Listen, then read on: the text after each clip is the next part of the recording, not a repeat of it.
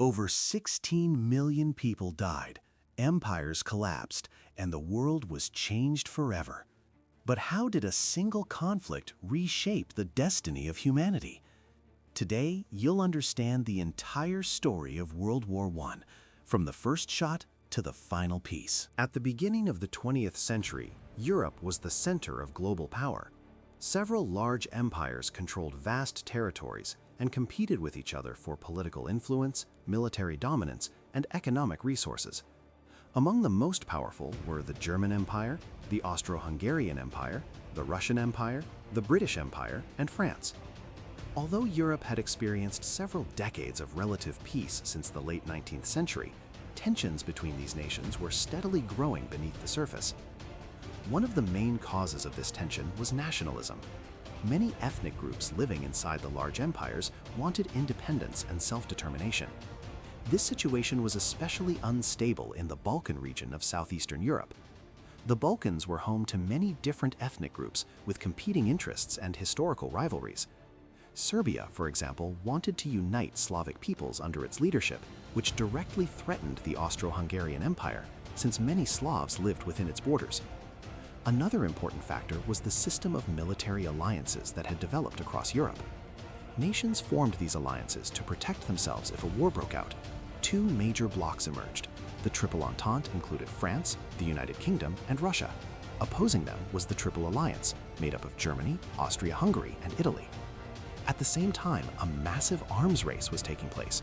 European countries were expanding their armies, building powerful navies, and developing new military technologies.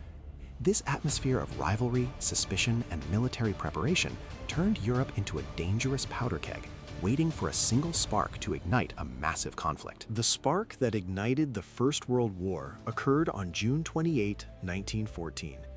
On that day, Franz Ferdinand, the heir to the throne of the Austro-Hungarian Empire, traveled to the city of Sarajevo, the capital of Bosnia.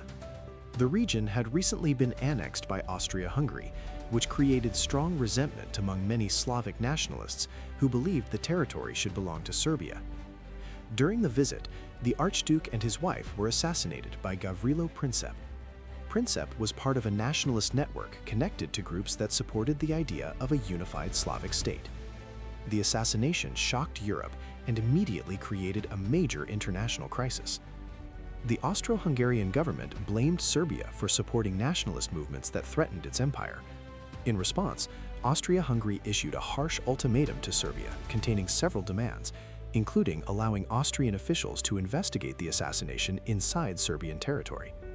Although Serbia accepted most of the demands, Austria-Hungary declared war on Serbia on July 28, 1914.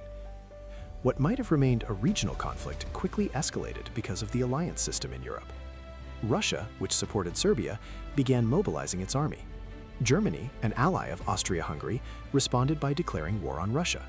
Soon after, Germany declared war on France. When German troops invaded Belgium to reach France, the United Kingdom also entered the war.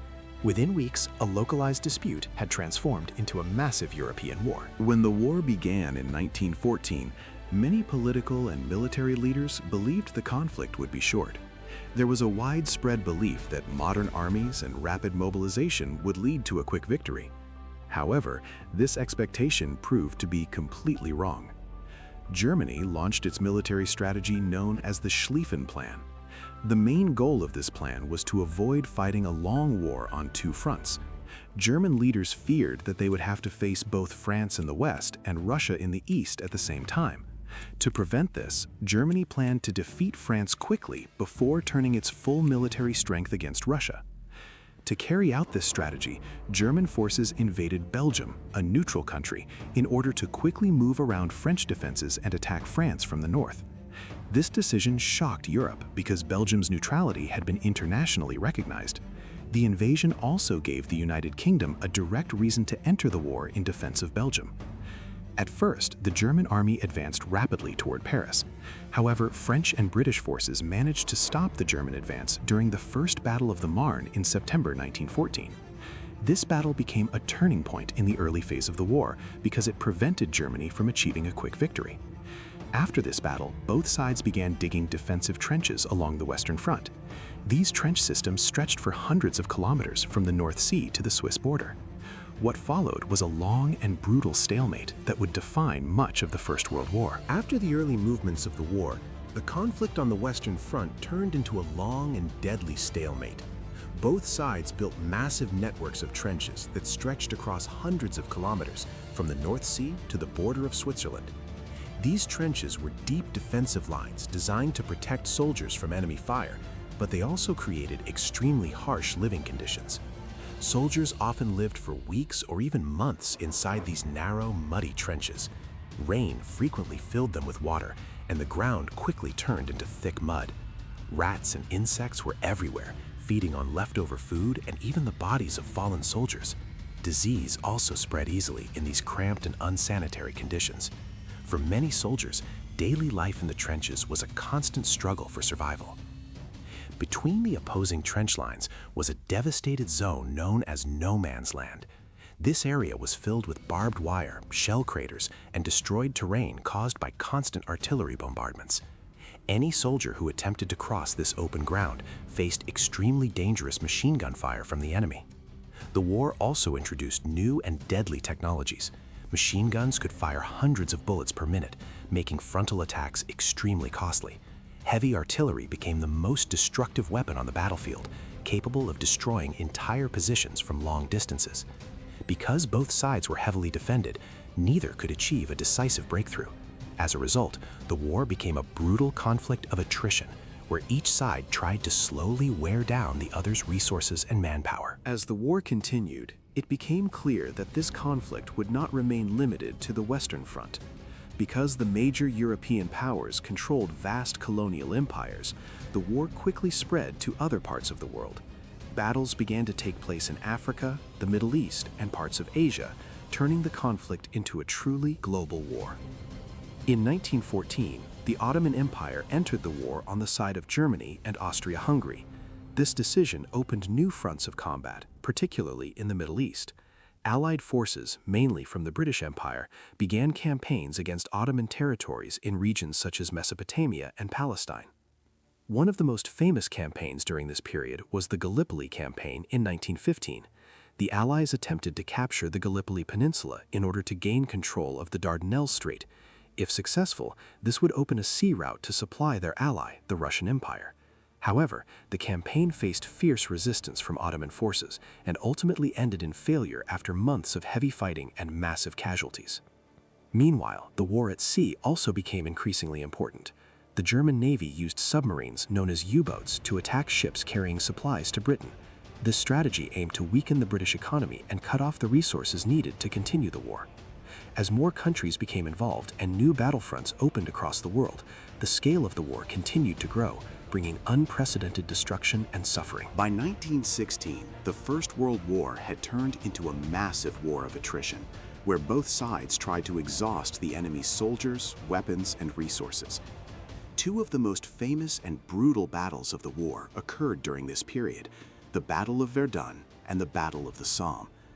These battles demonstrated the terrible human cost of the conflict and the difficulty of achieving any real progress on the battlefield. The Battle of Verdun began in February 1916, when German forces launched a massive offensive against the French fortress city of Verdun. The German strategy was to force France into a battle so costly that its army would eventually collapse. For months, both sides bombarded each other with enormous artillery fire. Millions of shells were fired, destroying entire landscapes and turning the battlefield into a devastated wasteland. The French army, under the leadership of Philippe Pétain, organized a determined defense. French soldiers were constantly rotated into the battle to keep the defense strong. The fighting lasted nearly 10 months, and by the end of the battle, hundreds of thousands of soldiers from both sides had been killed or wounded. During the same year, the Allies launched the Battle of the Somme in an attempt to relieve pressure on French forces at Verdun. The offensive began in July 1916 and became one of the bloodiest battles in history. On the very first day alone, the British Army suffered tens of thousands of casualties. These battles showed that modern industrial warfare could produce destruction on a scale never seen before. By 1917, the First World War had already lasted far longer than anyone had expected. Millions of soldiers had been killed, and many countries were beginning to experience serious economic and social problems. The long war had placed enormous pressure on governments, armies, and civilian populations across Europe. One of the most important developments of this year was the growing crisis inside the Russian Empire.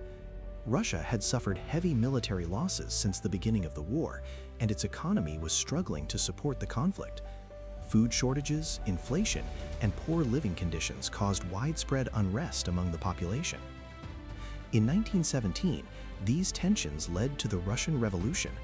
Protests and strikes erupted in major cities, and the authority of the government quickly collapsed. The Russian Tsar, Nicholas II, was forced to abdicate the throne. Later that same year, a second revolution brought the Bolsheviks, led by Vladimir Lenin, to power. The new government promised peace and decided to withdraw Russia from the war. In 1918, Russia signed a peace agreement with Germany, officially ending its participation in the conflict.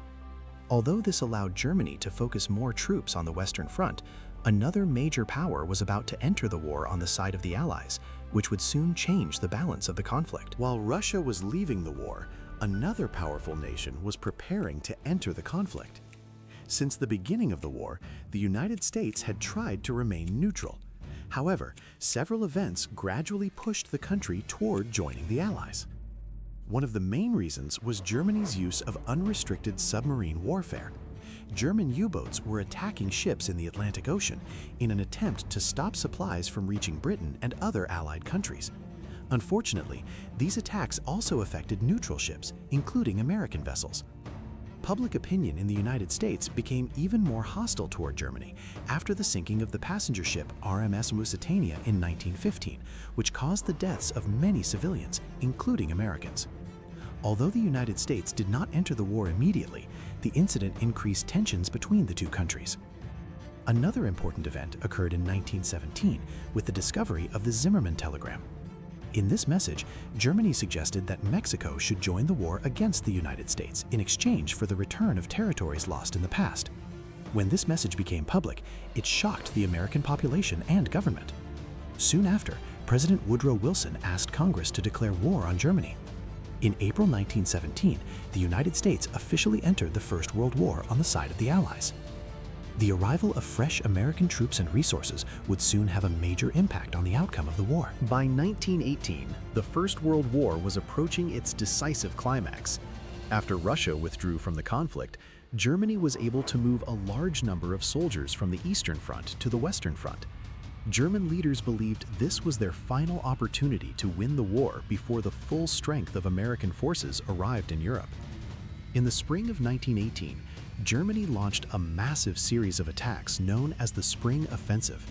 The goal was to break through Allied lines and defeat the British and French armies before American troops could fully organize. At first, the German army achieved significant advances.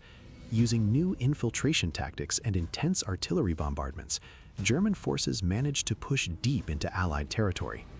However, the offensive quickly began to lose momentum. German supply lines became overstretched, and the soldiers were exhausted after years of continuous warfare. At the same time, more and more American troops were arriving in Europe to reinforce the Allied armies. Under the unified command of Ferdinand Foch, the Allies launched a powerful counteroffensive known as the 100 Days Offensive. Beginning in August 1918, Allied forces attacked German positions along a wide front, using coordinated infantry assaults, artillery barrages, tanks, and air support. German defenses began to collapse under the pressure. Their army was running out of supplies, morale was falling, and their allies were beginning to weaken as well. What had once seemed like Germany's chance for victory quickly turned into the beginning of its final defeat. By the end of 1918, it had become clear that the Central Powers could no longer continue the war. The German army was retreating on the Western Front, its soldiers exhausted after years of brutal fighting. At the same time, Germany's allies were collapsing one by one. Bulgaria surrendered in September 1918. The Ottoman Empire soon followed, and the Austro-Hungarian Empire began to disintegrate as different national groups declared independence. Inside Germany itself, the situation was becoming unstable. The population was suffering from food shortages, economic collapse, and widespread war fatigue. Protests and uprisings began to spread across the country. Faced with military defeat and internal unrest, Wilhelm II abdicated the throne in November 1918, bringing an end to the German monarchy. Soon after, Germany requested an armistice. On November 11, 1918, the fighting officially stopped when both sides signed the armistice agreement in a railway carriage in France. After more than 4 years of devastating conflict, the guns finally fell silent. The war had caused unimaginable destruction. Over 16 million people had died, and entire regions of Europe were left in ruins. In 1919, the victorious Allied powers forced Germany to sign the Treaty of Versailles, which imposed harsh penalties and territorial losses. Although the treaty officially ended the First World War, many historians believe its consequences helped create the conditions that would eventually lead to an even more devastating conflict, the Second World War.